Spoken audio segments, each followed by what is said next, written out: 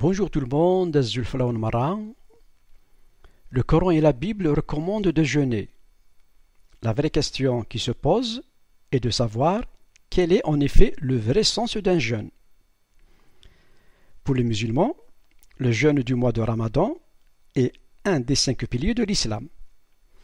Il est aussi le mois béni et sacré par excellence. Et c'est en ce mois béni que le Coran est descendu du ciel. Lire la sourate 285 et la sourate 97, verset 1. La prière en ce mois de Ramadan, au cours de la nuit que l'on appelle la nuit du destin, est très importante pour un musulman. Elle effacerait tous ses péchés du passé. Abu Huraira rapporte que le messager d'Allah a dit: quiconque veille en prière la nuit du destin avec foi et conviction aura tous ses péchés passés pardonnés. Hadith rapporté par Al-Bukhari et Muslim. Si vous croyez que les commandements de Dieu sont importants, il doit être important pour vous d'observer le jeûne qu'il a demandé. On se demande peut-être de quel Dieu je parle.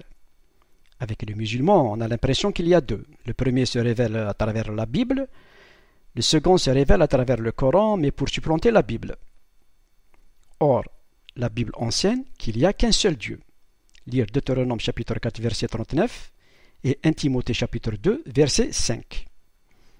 Et la sourate 29, verset 46, version Hamidullah, dit textuellement: notre Dieu et votre Dieu est le même, et c'est à lui que nous nous soumettons. Notre Dieu, c'est-à-dire Allah. Votre Dieu signifie le Dieu de la Bible.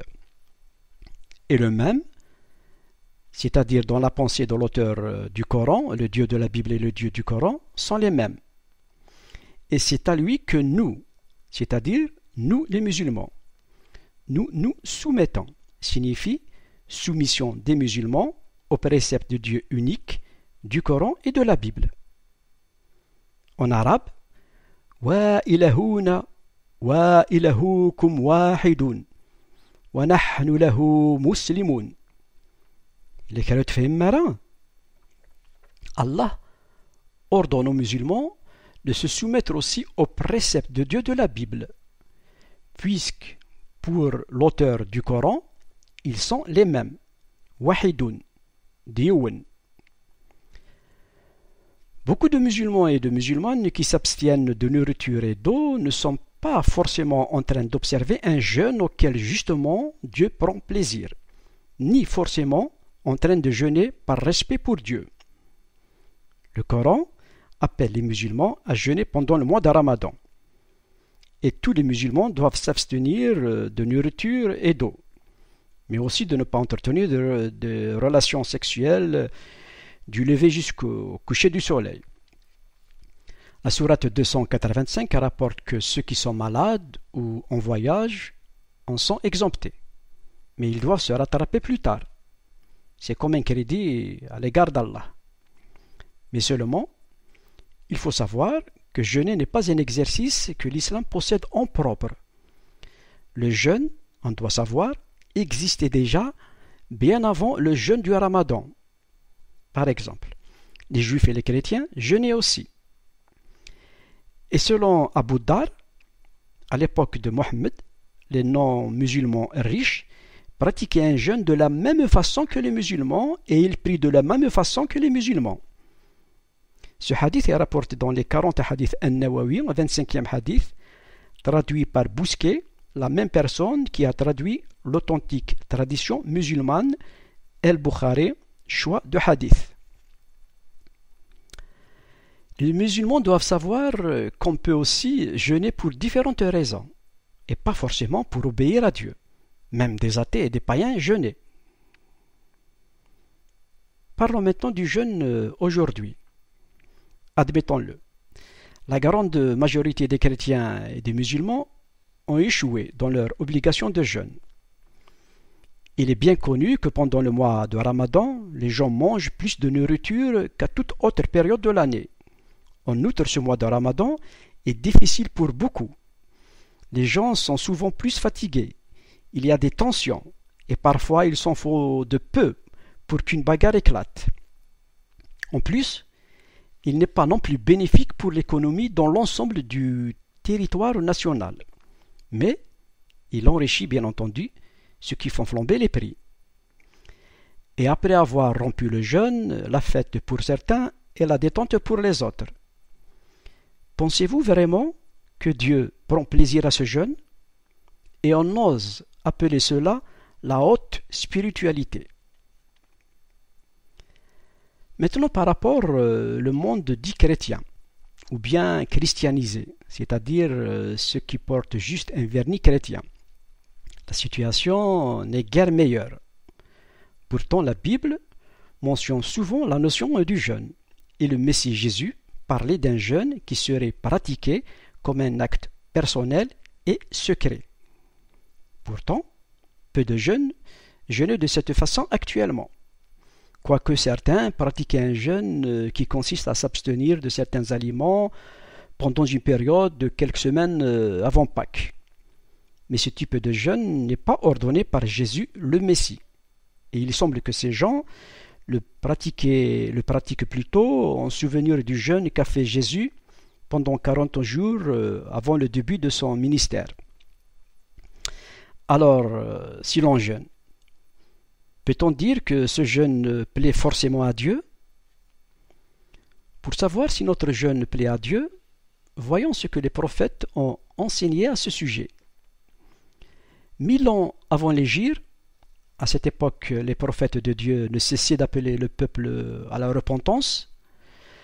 Le prophète Ésaïe a vécu aussi 700 ans avant le Messie Jésus, et pendant une période où le peuple hébreu avait oublié la loi de Dieu au sujet du jeûne.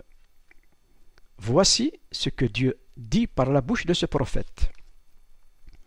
Voici, vous jeûnez pour disputer et vous quereller, pour frapper méchamment du poing.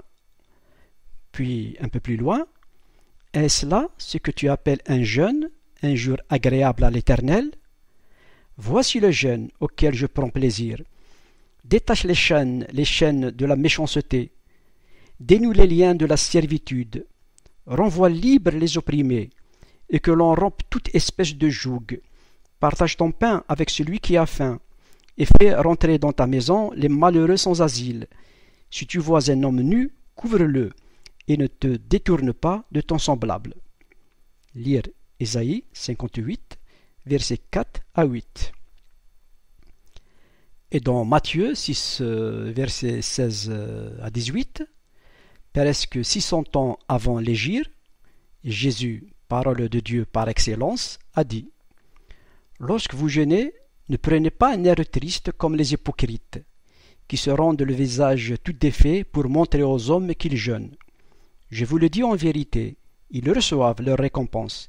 Mais quand tu jeûnes, parfume ta tête et lave ton visage, afin de ne pas montrer aux hommes que tu jeûnes.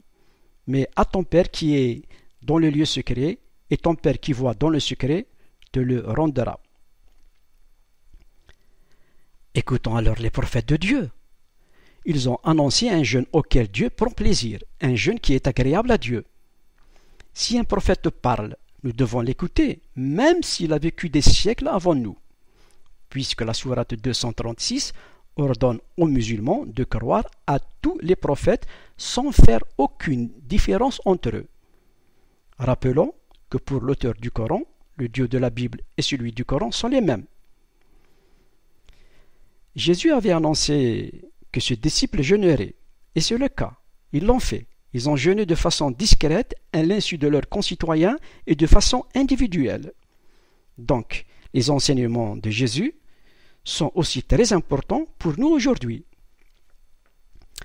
Et parfois, les premiers croyants en Christ jeûnaient aussi en groupe, souvent au moment d'une crise ou d'un événement particulier. En voici un exemple qui se trouve dans Actes 13, versets 2 à 3. Pendant qu'ils servaient le Seigneur dans leur ministère et qu'ils jeûnaient, le Saint-Esprit dit: mettez-moi à part Barnabas et Saul pour l'œuvre à laquelle je les ai appelés. Alors, après avoir jeûné et prié, ils leur imposèrent les mains et ils les laissèrent partir. Là, il ne s'agit pas d'un jeûne prescrit.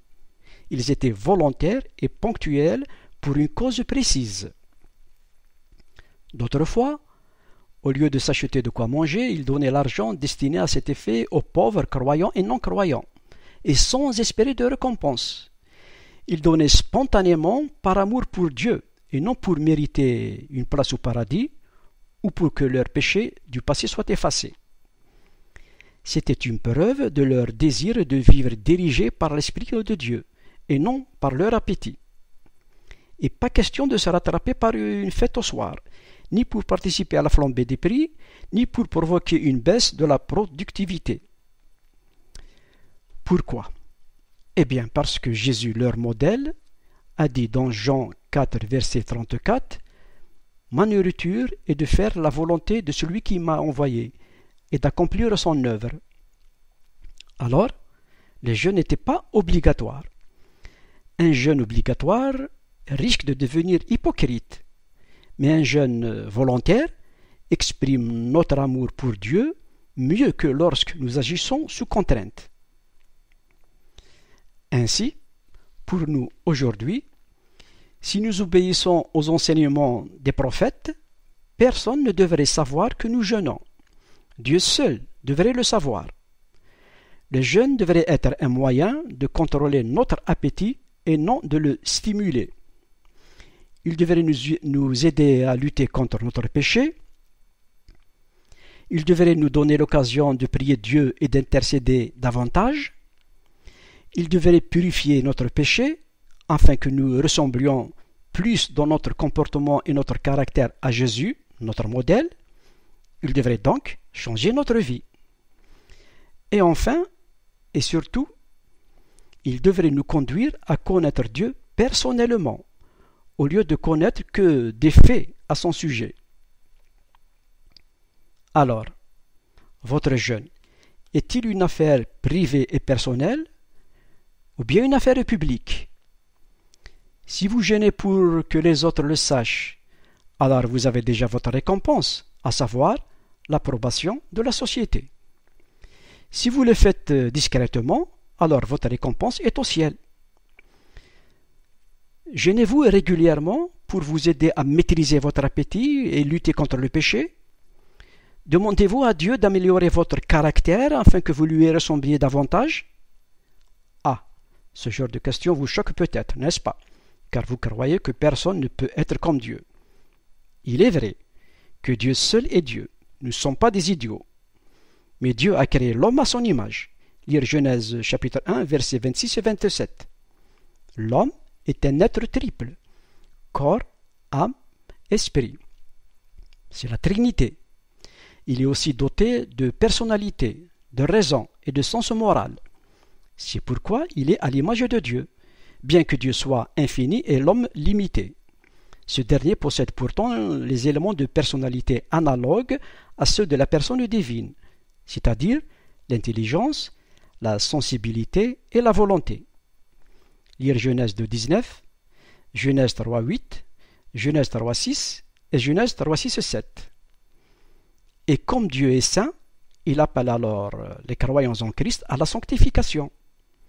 Et nous lisons dans 1 Thessaloniciens chapitre 4 verset 7, « Car Dieu ne nous a pas appelés à l'impureté, mais à la sanctification. » Donc, c'est clair.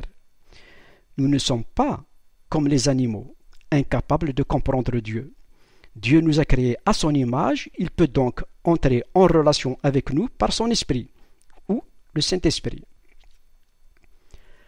Henri Saunier de Lubac, membre de l'Académie des sciences morales et politiques en 1958, a dit « Si l'esprit, avec un E majuscule, vient à manquer, le dogme n'est plus qu'un mythe et l'Église n'est plus qu'un parti. » Alors, qu'est-ce que la religion si elle n'est pas capable de nous changer et de nous purifier pour que nous soyons le temple de Dieu? La foi en Christ n'est pas religion, mais révélation. La religion n'est que règles et rites. Or, ce sont les hommes qui inventent les règles et les rites. Dieu, lui, invente la relation par l'esprit. Un vieux proverbe dit Ce qui est important, ce n'est pas ce que vous connaissez, mais qui vous connaissez. Si vous dites maintenant, oui, mon jeûne m'aide à construire une relation avec Dieu, c'est très bien. Vous avez fait un grand pas vers une compréhension du jeûne auquel Dieu prend plaisir. C'est ce jeûne que Isa al-Masih a enseigné à travers son jeûne discret et sacré. Et en s'appropriant la vie de Jésus, le modèle parfait de la foi, nous apprenons ce que aimer et connaître Dieu signifie. Et en écoutant tous les prophètes, nous savons aussi ce que le jeûne signifie pour Dieu, le jeûne auquel Dieu prend plaisir. Je vous laisse alors dans la paix du Seigneur.